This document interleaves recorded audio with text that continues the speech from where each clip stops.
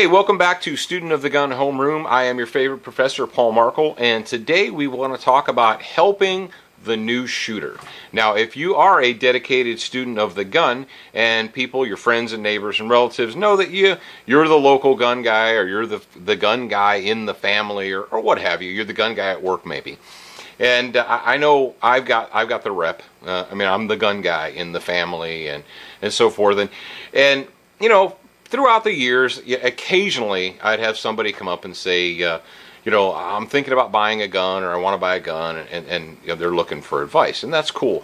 But what I've noticed here in the last 4 years, 3 years, 2 years, 1 year, and just recently, is the volume of people, or the number of people that I've encountered. I mean, the Swans driver, the people at your kid's school, the UPS guy, people that know you're a gun guy. These people that normally wouldn't even bring the subject up are coming up there, hey, I'm thinking about buying a gun, or I want to buy a gun to keep in the house, or I need a gun for protection. What should I get? I've never owned a handgun before, or I've owned shotguns, or what have you.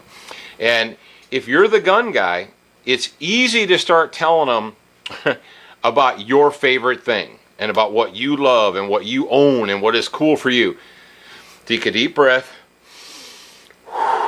Let it out. And here's the good advice you should tell this guy.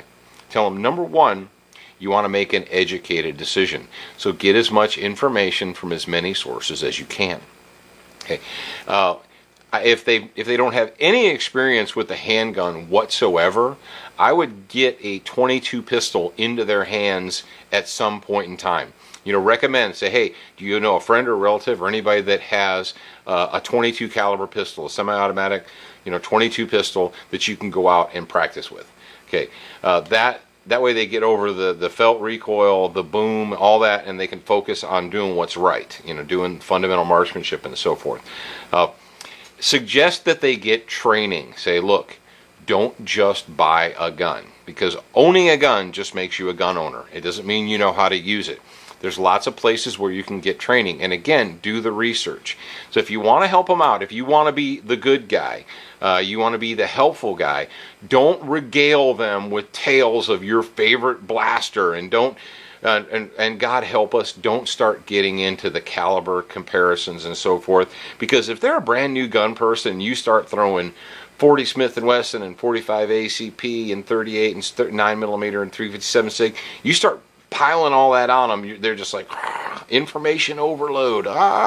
So suggest that they get some information, that they get some training. If they can get a .22 pistol and get with somebody who can practice. If you are a legitimate good dude and you have a .22 pistol, take them out to the range one day and say, hey, tell you what, you give me, buy $5 worth of .22 ammo, we'll spend an hour, we'll shoot, and we'll, move from there. But don't regale them with tales of your favorite blaster. Start them out small. Suggest that they get as much training as they can afford and that they have time for. Because once they get into it, the first thing that they bought, they might have been okay, but now they're going to get something else, and it's not going to be so daunting to them as it once was. So, if you want to really help them out, suggest that they get some training and help them get the training. And for all things Student of the Gun, where are you going to go? You're going to go to studentofthegun.com.